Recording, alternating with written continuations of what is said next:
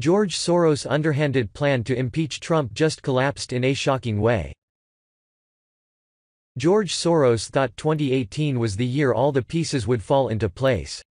He poured his resources into causes and Democrat candidates so that Nancy Pelosi and Chuck Schumer could impeach Donald Trump. But Soros' underhanded plot just collapsed in this shocking way. George Soros funds effort to steal the Florida Senate race. The Democrats' hopes for impeachment rested on taking back the Senate. They needed to flip 2 seats and hold onto their own seats. They achieved the first part when they defeated 2 Never-Trump RINOs in Arizona and Nevada. But Democrats suffered losses in Indiana, Missouri and North Dakota. In Florida, anti-gun Republican Rick Scott appeared to lead Democrat Senator Bill Nelson on election night. Then the funny business began. Broward County, led by the incompetent and corrupt Democrat election supervisor Brenda Snipes, suddenly produced thousands of mysterious ballots that narrowed Scott's lead to a small enough margin to force a machine recount. The whole thing smelled fishy. And it turns out that George Soros helped fund the recount efforts to steal the Florida election. Republicans cried foul and Scott sued to stop Snipes from counting ballots that were submitted after the deadline.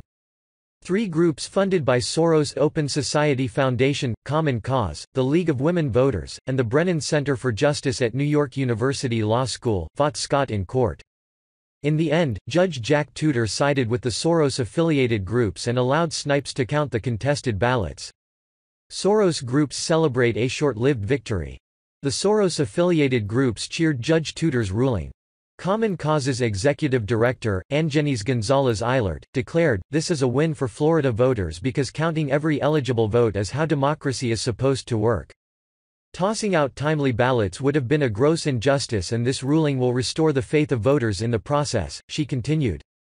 "This is a victory for democracy, and most important, for the people of Florida," Patricia Brigham, the president of the League of Women Voters of Florida, told reporters.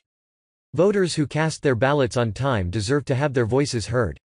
We had a Senate campaign attempt to recklessly and improperly reject the voices of eligible voters during the ballot counting process, and today, those shameful attempts were beaten back," Myrna Perez, deputy director of the Brennan Center Democracy Program, exclaimed. "We're proud to represent the people of Florida to ensure their rights are upheld, their voices are heard, and their will at the ballot box is protected." But their victory was short-lived. By Friday, Soros and the left's plan to steal the Florida Senate race blew up. The machine recount actually showed Scott had expanded his lead. Nelson was counting on the undervote, votes that the machine recorded for other races except Senate, would show him gaining a substantial number of votes. That did not happen. There was no machine error. Scott called on Nelson to concede, but Nelson continued the Democrats' assault on our institutions by not immediately offering a concession when it was apparent he could no longer win. "We will keep you up to date on any new developments in this ongoing story."